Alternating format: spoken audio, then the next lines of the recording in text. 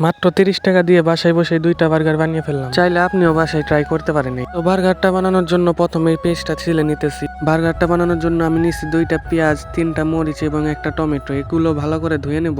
বার্গারে দেওয়ার জন্য পেঁয়াজগুলো গোল গোল করে কেটে নেব এইভাবে, এবং মরিচগুলো ছোট ছোট করে কেটে নেব। পেঁয়াজগুলো কুচি কুচি করে কেটে নেব। তো আমি কিন্তু ভিডিওতে নতুন ভয়েস দেই, তো একটু ভুল হতে পারে, ক্ষমা করে দেবেন এটার জন্য।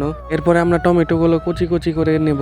ফাইনালি আমার সবগুলো কাটা শেষ। বার্গারে দেওয়ার জন্য কিন্তু লেটুস পাতা আমার বাসায় ছিল, সেখান থেকে 4টা কেটে নিলাম। এখন আমরা রুটিটা মাঝখান থেকে কেটে নেব। এখন আগে থেকে কেটে রাখা টমেটো পেঁয়াজ কুচির মধ্যে দিয়ে দিব 2টা ডিম, একটা ম্যাগি মশলা এবং কিছুটা লবণ পরিমাণ মতো।